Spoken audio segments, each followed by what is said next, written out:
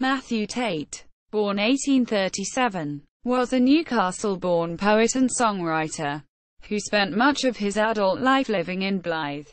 Early life. Matthew Tate was born on 5 September 1837 in Benton Square, Benton, Newcastle. His family were miners, as were many of their antecedents. He began writing seriously in 1854 when only 17 years old, and in c. 1874 published his first book of poetry, followed later by poems, songs and ballads by Matthew Tate. He was also a contributor to the art sections of the local newspapers and periodicals. He lived all his life in Northumberland. He lived in Waterloo, Blyth for many years. Works.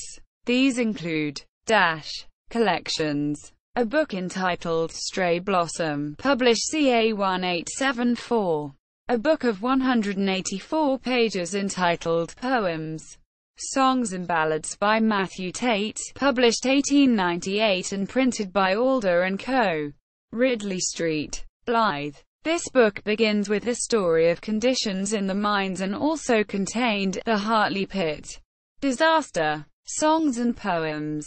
The Four-Shift appears in Allen's illustrated edition of Tyneside Songs on page 566, previously printed in the Newcastle Weekly Chronicle in 1886. Thi Bus no Vthi Type. See Note 1. The copy is a cutting from an unidentified publication dated 7 October 1893. The Hartley Pit Disaster, a poem about the tragic events of 1862 when over 200 miners were killed. Notes. An old mining tradition was for the horn of a tup, a male sheep, a ram, to be sent to the surface with every 20th wagon of coal, as a way of counting the loads.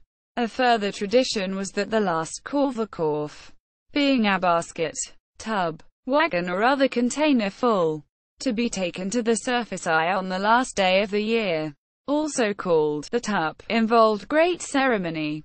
The young boys working underground would light candles, and after the tup's horn had been affixed to the top of the colk, the load was bussed or dressed when the lads placed their candles into the coal. The whole lighted tup was then, on instruction from the onsetter of send away, would be raised to the surface. The word "type" in the song refers to this last core. Long before this song was written, this tradition had all but died out around the middle of 19th century, and would have been a thing of the past long before this song was written. See also Geordie dialect words, Solon's illustrated edition of Tyneside Songs and Readings. Farn Archives, Thi Bus no Vthi Type. Allen's illustrated edition of Tyneside Songs and Readings.